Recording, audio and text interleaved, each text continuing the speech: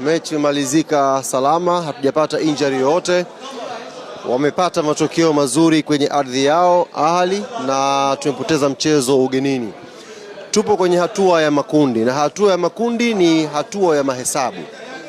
Leo wamesherehekea ushindi nyumbani kwao, na sisi kama Young African Sports Club tuna kila sababu, tuna wajibu wa kwenda kutafuta furaha kwenye ardhi yetu ya nyumbani. Ni waombe mashabiki, wanachama na wapenzi wa klabu yetu Young Africans, ya leo haya yameshamalizika hapa Misri. Akili yetu sasa irudi pale New Aman Complex kwenye mchezo wa marudiano siku ya tarehe 31. Huu ni mchezo muhimu kwelikweli. Ni mchezo wetu wa pili wa nyumbani, lakini ni mchezo muhimu wa kutusogeza karibu kwenye hesabu za kwenda hatua robo finali. Hakuna hesabu zozote tutakazozipiga kama hatutapata matokeo mazuri nyumbani dhidi ya Al Ahli.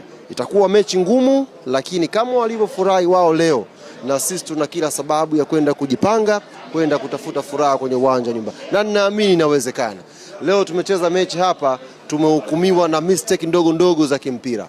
Mistake ya kwanza, mistake ya pili wameweza kupata goli. Unaweza kuangalia kipindi cha kwanza, shot on target yao ya kwanza, dakika ya mwisho kipindi cha kwanza ndio wamefunga. Maana yake tuliweza kuja na mpango wa mechi vizuri, lakini mistake zimeweza kuamua hii mechi. Ni wakati wa kurudi kwenye uwanja mazoezi, kufanyia kazi hayo makosa madogo madogo, alafu tukarudi tofauti kwenye mechi ya New Aman Complex. Naamini inawezekana, na inshallah tutakwenda kupata matokeo mazuri kwenye ardhi ya nyumbani.